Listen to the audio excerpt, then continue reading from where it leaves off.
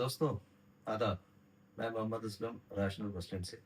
पिछले 10-15 सालों में जो भी हुआ है और जो हो रहा है उसको लेकर के हर मुसलमान सहमा हुआ है, डरा हुआ है, इनसिक्योर महसूस कर रहा है। मैं भी एक मुसलमान हूँ। जो आप महसूस कर रहे हैं वही मैं भी महसूस कर रहा हूँ। सवाल ये है कि हमारी आज जो भी हालत है उसके लिए जिम्मेदार कौन है? हिस्टोरिकली अगर देखें तो हमारे साथ जब भी कुछ गलत हुआ है, हमने पॉलिटिकल पार्टीज को या फिर एक पर्टिकुलर आइडियोलॉजी को या फिर दूसरे मज़हब के फॉलोअर्स को ब्लेम किया है। कुछ मुस्लिम नेता पार्लियामेंट के अपर और लोअर हाउसेज में लंबी लंबी स्पीच दे करके तालियां बजवाते हैं और मुसलमानों की हितों की, मुसलमानों के मफायद की हिफाजत करने का दिखावा करते हैं। सवाल ये है कि उनकी इस लंबी लंबी स्पीचेस का क्या ज़मीनी स्तर के ऊपर कोई फ़र्क पड़ा है? ये एक बहुत इम्पोर्टेंट सवाल है, बहुत इम्पोर्टेंट क्वेश्चन है, जिसके ऊपर विचार करना बहुत ज़रूरी है। मैंने अपनी सर्विस के दौरान हिंदुस्तान के कोने-कोने में सफ़र किया है और मेरा मिलना-जुलना, उठना-बैठना हर मज़हब के फॉलोअर्स के साथ रहा है और यकीन मानिए एज़ एन इंडिविजुअल उनको मुसलमानों से कोई शिकायत नहीं है इन जनरल।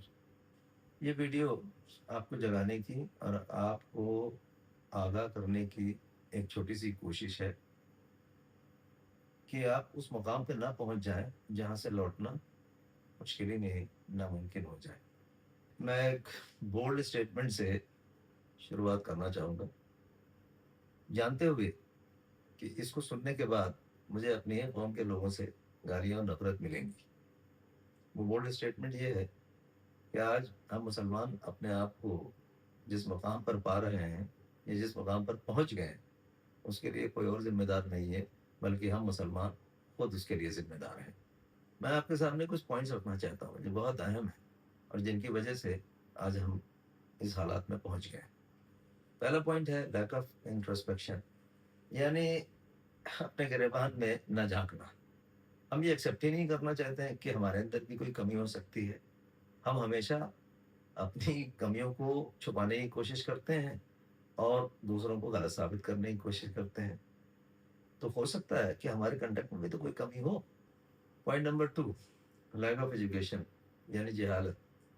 सच्चाई ये है कि मुसलमानों की एक बहुत छोटी सी आबादी ग्रेजुएशन या उसके आगे की पढ़ाई कर पाती है। जॉब ऐसे ही नहीं है और जो कुछ अवेलेबल है उसके लिए इस लैक ऑफ एजुकेशन की वजह से वो पहले से ही डिस्क्वालीफाई हो जाते हैं और नतीजतन ये सब प्लम्बिंग, ड्राइविंग, टेलरिंग, छोटे मोटे कामों को करने पर मजबूर हो जाते हैं, जिसकी वजह से पुश्त दर पुश्त गरीबी के एक चक्रव्यूह में ये फंस जाते हैं और उससे निकल नहीं पाते। किसी ने बहुत सही कहा है कि गरीबी जो है हर बुराई की जड़ है, यानी poverty is the mother of all evils. हमारे प्रॉफिट रसूल सल्लल्लाहु अलैहि वसल्लम ने भी यही फरमाया कि गरीबी दूर करो, क्योंकि गरीबी आदमी को शिरक करने पर भी मजबूर कर देती है। पॉइंट नंबर 3, ऐसा मानना कि हमारा मजहब ही सबसे अच्छा मजहब है। देखिए, ऐसा मानने में कोई बुराई नहीं है।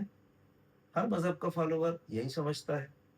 प्रॉब्लम तब होने लग जाती है जब आप एक सुपीरियरिटी कॉम्प्लेक्स में मुब्तला हो जाएं, सिर्फ इसलिए कि आपका मजहब सबसे अच्छा है, irrespective of your conduct which may be worst as a Muslim। आप हिंदू हैं या मुसलमान हैं या क्रिश्चियन हैं या सिख हैं या पारसी हैं, आप बाय चॉइस नहीं होते हैं, बाय बर्थ होते हैं। पॉइंट नंबर 4, लैक ऑफ फोरसाइटेडनेस, यानी दूर अंदेशी की कमी। जब भी आप कोई एक्शन लेते हैं उसके दो नतीजे होते हैं। एक नतीजा तो होता है वो जो फौरन जाहिर हो जाता है, लेकिन इसके अलावा आप जो भी एक्शन लेते हैं ना, उसके बहुत सालों के बाद कुछ और नतीजे होते हैं और उन नतीजों को ना देख पाने को ही कहते हैं कि दूरंदेशी की कमी। मैं आपको एक छोटी सी मिसाल देना चाहता हूँ। 1985 में सुप्रीम कोर्ट में एक केस आया था मेंटेनेंस का।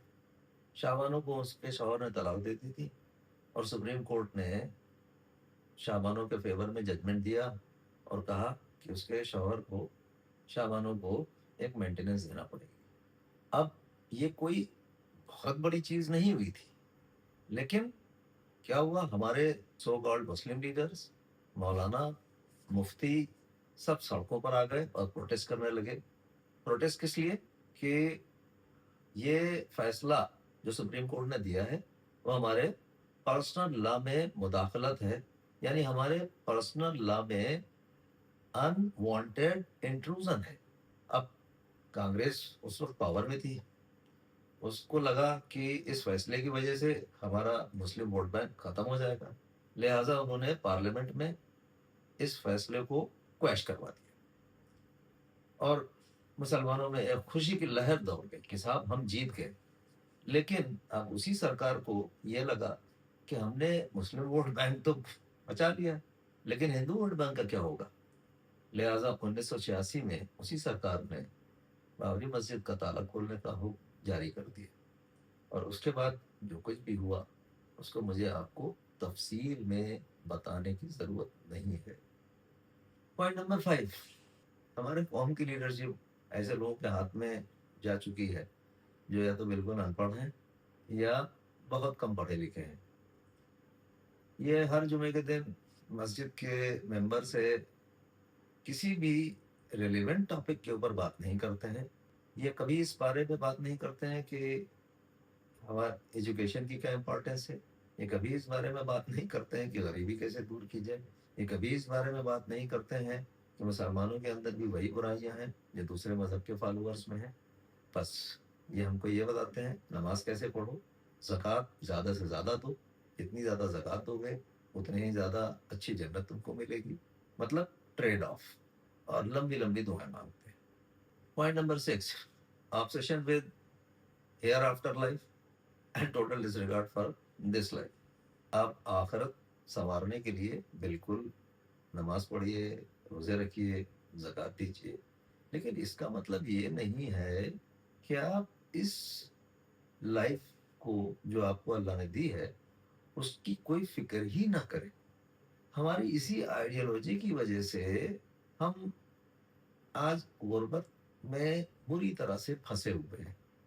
और देखिए ये जो दौर है ये वो दौर है जिसमें अगर आपके पास कोई इकोनॉमिक पावर नहीं है या आप इकोनॉमिकली इररिलेवेंट हैं, भले आप किसी भी कंट्री में रहते हैं, तो कोई आपकी आवाज़ सुनने वाला नहीं है, न सुनेगा। आपको ये जानकर ताज्जुब होगा कि इज़राइल की जो टोटल पॉपुलेशन है ना, वो वर्ल्ड पॉपुलेशन की सिर्फ 0.2% और बावजूद इसके अब तक जितने भी नोबेल प्राइज़ दिए गए हैं उनमें से 221 नोबेल प्राइज़ इजरायली नेशनल ने जीते हैं। वहीं जहां मुस्लिमों की आबादी टोटल वर्ल्ड पॉपुलेशन की 25% है कि उन्होंने अब तक सिर्फ 17 नोबेल प्राइज जीते। ये है पावर ऑफ एजुकेशन। देखिए इस वीडियो का पर्पस आपके बिलीफ को चैलेंज करना नहीं है, बल्कि आपको एक रियलिटी चेक देना है। अगर आप मेरे व्यूज से सहमत हैं तो इस वीडियो को लाइक करें और शेयर करें। शुक्रिया।